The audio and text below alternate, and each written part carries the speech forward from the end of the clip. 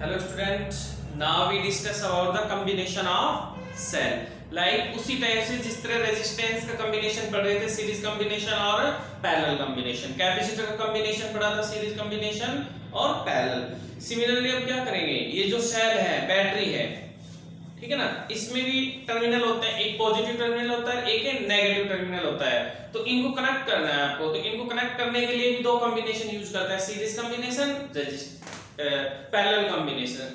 वही similarly series combination में क्या रहेगी, करंट की वैल्यू क्या रहेगी, सेम, और पोटेंशियल डिफरेंट क्या होगा, डिफरेंट। और पैरेलल कॉम्बिनेशन में क्या रहेगा, करंट क्या रहेगी, डिफरेंट रहेगी, but potential difference, terminal voltage क्या रहेगा, डिफरेंट। उसमें आपको आर इक्विवेलेंट फाइंड करना था, इसमें ईएमएफ जो था उसका ईएमएफ इक्विवेलेंट फाइंड करना है, ई इक्विवेलेंट फाइंड करना है दोनों केसेस के अंदर। उसमें देख रहे थे रेजिस्टेंस के कॉम्बिनेशन में, सीरीज कॉम्बिनेशन में आर इक्विवेलेंट की वैल्यू मैक्सिमम होती थी, पैरेलल के अंदर क्या आती थी, मिनिमम आती थी। तो देखते हैं series combination of cell, series combination, series combination. देखिए, एक सेल होता है, एक बैटरी होता है, एक छोटा सा डिफरेंट होता है। बहुत सारे सेल मिलकर के एक बैटरी का फॉर्मेशन करते हैं, बहुत सारे कई सारे सेल मिलकर के एक बैटरी का फॉर्मेशन करते हैं, उनको आप कनेक्ट करते हो। और सेल होता है वो सिंगल एक डिवाइस होती है, फंक्शनिंग दोनों की सेम होती है। जैसे इंटरनल रेजिस्टेंस भी होता है सेल का, बैटरी का भी होता है। तो मैं कई सारे सेल उनको कनेक्ट करूंगा। पहले सीरीज कॉम्बिनेशन की बात कर रहा हूं। मेरे पास एक सेल है जिसका ईएमएफ E1 है, ओके, और इसका जो इंटरनल रेजिस्टेंस है वो स्मॉल r1 है। फिर मेरे पास दूसरा सेल है जिसका इक्विवेलेंट ईएमएफ E2 है, और इसका भी इंटरनल रेजिस्टेंस क्या है, R2 है, ठीक है। और इसको एक external device, external resistance capital R से क्या कर रखा है, मैंने कनेक्ट कर रखा है, कैपिटल R। यहां पे मैंने A पॉइंट दे दिया, यहां पे मैंने B पॉइंट दे दिया, और यहां पे मैंने दे दिया C पॉइंट दे दिया। तो क्या है सीरीज कॉम्बिनेशन? सीरीज कॉम्बिनेशन एक ऐसा कॉम्बिनेशन है, आप ये भी कह सकते हो, जिसके अंदर किसी एक सेल का नेगेटिव टर्मिनल दूसरे सेल का किससे कनेक्ट हो, पॉजिटिव टर्मिनल से कनेक्ट हो। मतलब प्लस वाली पोलैरिटी नेगेटिव वाली पोलैरिटी से क्या हो, कनेक्ट हो, नेगेटिव वाली प्लस से। अल्टरनेट है, इस तरह चलते रहेंगे तो भी सीरीज कॉम्बिनेशन ही है। यदि सेम कनेक्ट कर दिया तो भी सीरीज ही है। तो क्या करना है, इसके अंदर करंट सेम रहेगी, और लेकिन टर्मिनल वोल्टेज, पोटेंशियल डिफरेंस वो क्या रहेगा, डिफरेंट रहेगा। बट आपको इक्विवेलेंट फाइंड करना है। मान लीजिए ये प्लस टर्मिनल है, तो ये आई करंट जा रही है इसमें, E1 E2 दोनों के अंदर आई करंट है। अब देखें कैसे कैलकुलेट करेंगे ईएमएफ।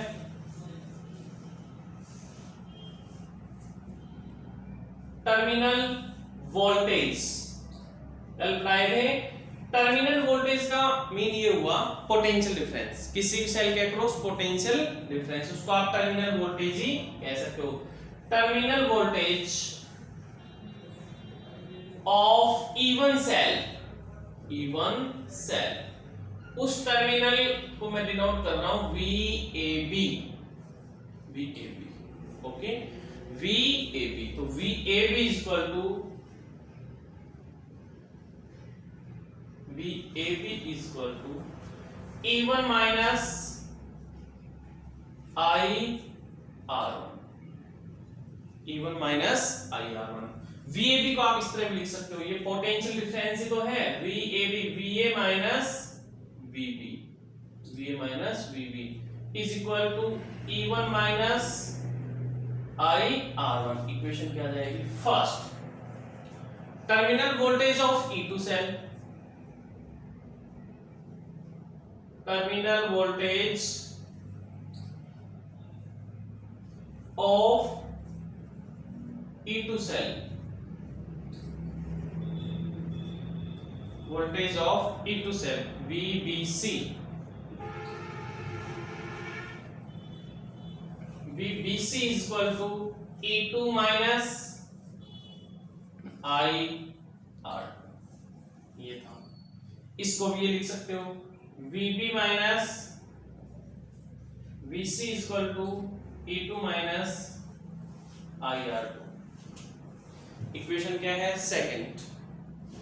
अब क्या करेंगे? इक्विवेलेंट कैलकुलेट करने के लिए इनको ऐड करेंगे। देखो VBC को VB माइनस VC लिख सकते हो। पोटेंशियल डिफरेंस ये टर्मिनल वोल्टेज का मतलब इन दोनों के बिटवीन VAB का मतलब A पॉइंट और B पॉइंट के बिटवीन पोटेंशियल डिफरेंस किसके इक्वल होगा? E माइनस IR के इक्वल होगा। कल रिलेशन बताया था V इक्वल टू था E माइनस IR। ठीक है, फर्स्ट सेल इसलिए 1 लगा दिया और ऑन रेजिस्टेंस R। अब इनको ऐड कर रहा हूं। देखो ऐड करने से क्या है, ये टोटल A और C के अक्रॉस आ जाएगा। Add the equation first second. तो ऐड करने से क्या होगा? VA किससे कैंसिल हो जाएगा? VB किससे कैंसिल हो जाएगा? VB से। ये माइनस का है और ये क्या है? प्लस का है। क्या बन जाएगा? VA minus VC। तो VA माइनस VC। अब देखिए ऐड करो इनको। E1 minus IR1 plus E2 minus IR2। तो VA माइनस VC का आप इसको ये भी लिख सकते हो VAC। ये अब सिंपलीफाई करना है। इनको इक्विवेलेंट को एक तरफ कर लो, ये इधर E1, दूसरा सेल का इधर वाला E2 माइनस I कॉमन आ जाएगा, तो इसमें R1 बचेगा, इसमें R2 बचेगा। ये इक्वेशन क्या आ गई? ये इक्वेशन आ गई। आप देखिए सीरीज कॉम्बिनेशन के अंदर ये R1 प्लस R2 किसका फॉर्मूला है? R इक्विवेलेंट का। तो ऑब्वियसली ये E1 प्लस E2 किसका हो जाएगा? E इक्विवेलेंट का। मैं स्टैंडर्ड इक्वेशन लिख देता हूं इसी से कि V इक्वल टू, ये मैंने मान से लिखी है E इक्विवेलेंट, वैसे ही V equal total minus I R equivalent. ये आप कंपेयर कर लो, R इक्विवेलेंट ये रहा, E इक्विवेलेंट ये वैल्यू भी। तो आप ये कह सकते हो E इक्विवेलेंट की वैल्यू आ रही है E1 प्लस E2, ये आ गया। और R इक्विवेलेंट था पहले ही कैलकुलेट कर सके, लेकिन इंटरनल रेजिस्टेंस आ गया R इक्विवेलेंट कितना आ गया? R1 plus R2। ये सीरीज कॉम्बिनेशन का रेजिस्टेंस। ओके, अब इसके अंदर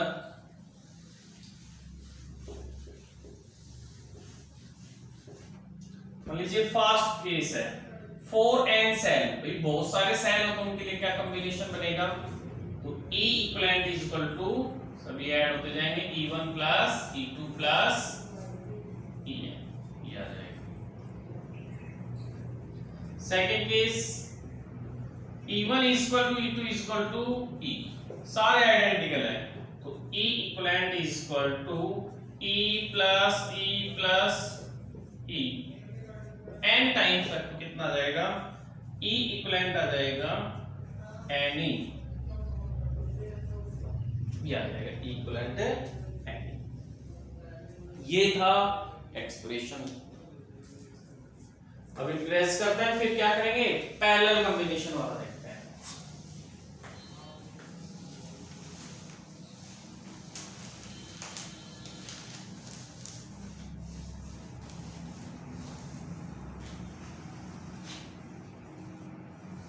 तो सिमिलरली पैरेलल कॉम्बिनेशन में भी क्या होगा?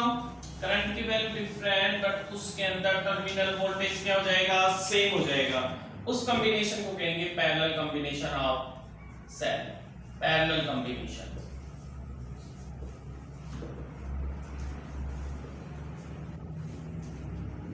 तो कैसे पैरेलल कॉम्बिनेशन? देखिए दो सेल कंसीडर करता हूं। एक सेल ये रहा, इसका इंटरनल रेजिस्टेंस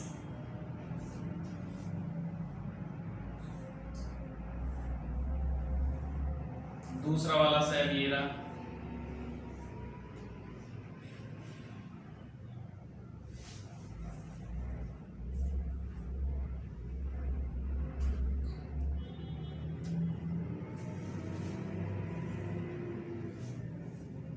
ये E1 सेल, ये E2 सेल, ये R1, ये R2, ये A पॉइंट है, ये B पॉइंट है। ओके, इसमें I1 करंट कंसीडर कर लेता हूं और इसमें E2 सेल है तो I2। मतलब क्या इसमें खास है? ये एक्सटर्नल डिवाइस कनेक्ट कर दिया, एक्सटर्नल रेजिस्टेंस कनेक्ट कर दिया। ओके, कैपिटल आर और ये आई। देखिए ये E1 सेल है, ये E2 सेल है, एक टर्मिनल है। फिर इसमें जितने भी सेल होंगे जिनकी पोलैरिटी प्लस प्लस है वो सारे ए पॉइंट से कनेक्ट है, सारे नेगेटिव टर्मिनल सारे कहां से कनेक्ट है, बी पॉइंट से कनेक्ट है। और इसका R1 है, R2 है। तो इसमें टर्मिनल वोल्टेज क्या रहेगा, सेम रहेगा, करंट डिफरेंट है। अब टोटल करंट कितनी जा रही है, I, I1 इससे I2 इससे, तो टोटल करंट इनकमिंग करंट कितनी हो जाएगी, I1 प्लस I2 किसके इक्वल हो जाएगी, I की इक्वल हो जाएगी। Current flowing by cell I, तो I आ जाएगा, I is equal to I1 plus I2, equation first, I1 plus I2। अब I1 चाहिए और I2 चाहिए, कैसे फाइंड करेंगे,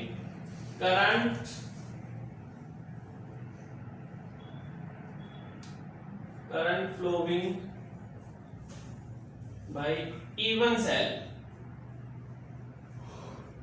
बाय E1 सेल I1 चाहिए, तो I1 कैसे फाइंड आउट करना है, देखिए VAB, टर्मिनल वोल्टेज तो VAB है, ठीक है। V इक्वल टू क्या जाएगा, E minus IR, E minus first का E1 माइनस फर्स्ट की करंट I1 रेजिस्टेंस R1। आपको I1 चाहिए तो ऑब्वियसली यहां से कितनी आ जाएगी, I1 इज इक्वल टू, इसको इधर लेके जाइए, इसको इधर, E1 minus VAB upon R1, equation second. I1 भी आ गया, और फिर क्या फाइंड आउट करेंगे, I2,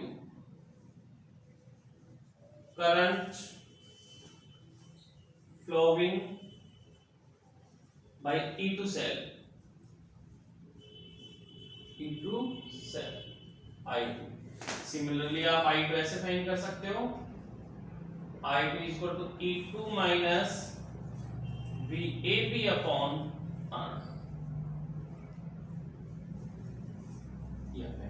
I1 आ गया, I2 आ गया, किसमें पुट करना है, फर्स्ट इक्वेशन में put the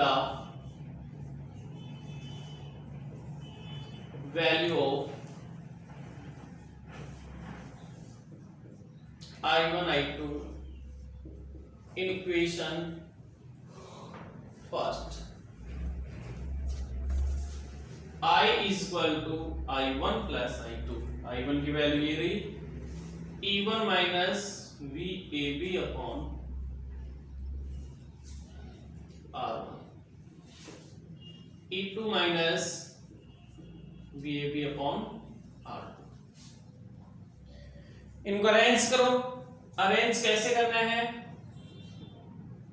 E1 upon R1, VAB upon R1 plus E2 upon R2 minus VAB upon R2।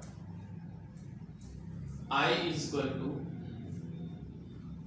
E1 upon R1 plus, इनको एक तरफ कर लो, E2 upon R2 minus VAB 1 upon R1 plus 1 upon R2। ठीक है, LCM लीजिए,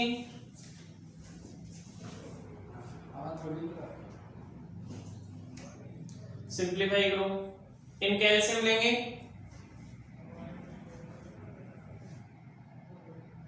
E2 कहां चला जाएगा, E1 के पास, R1 कहां जाएगा, यहां पे, तो E1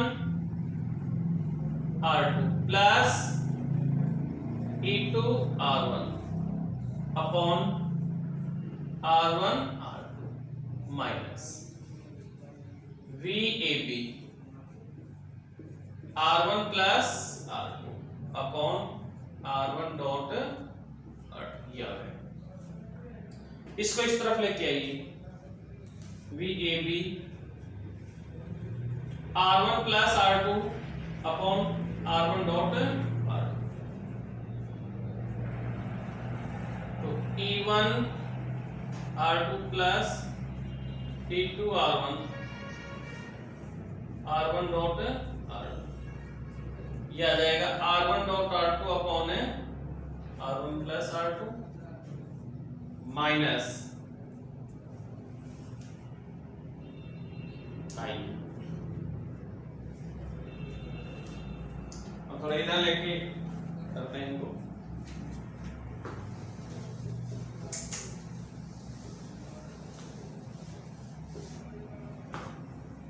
आपकी V A B equal to आ गया, V A B equal to E1 R2 plus E2 R1 upon R1 dot R2, again लिख रहा हूं,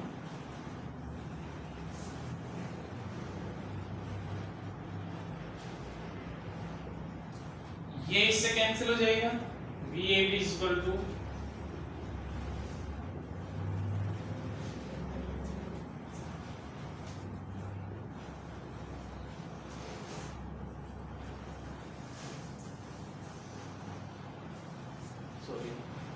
ये जो VAB वाला ट्रांसफर करोगे इधर क्या जाएगा, R1 डॉट R2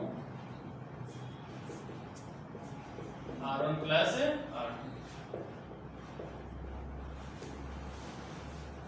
तो आपका ये VAB इक्वल टू आ गया E1 R2 plus E2 R1, okay, R1 plus R2 minus I R1 R2 R1 plus R2,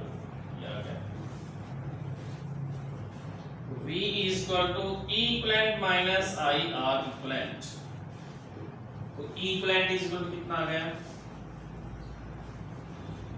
E1 R2 plus E2 R1 upon R1 plus, ये था फाइनल एक्सप्रेशन।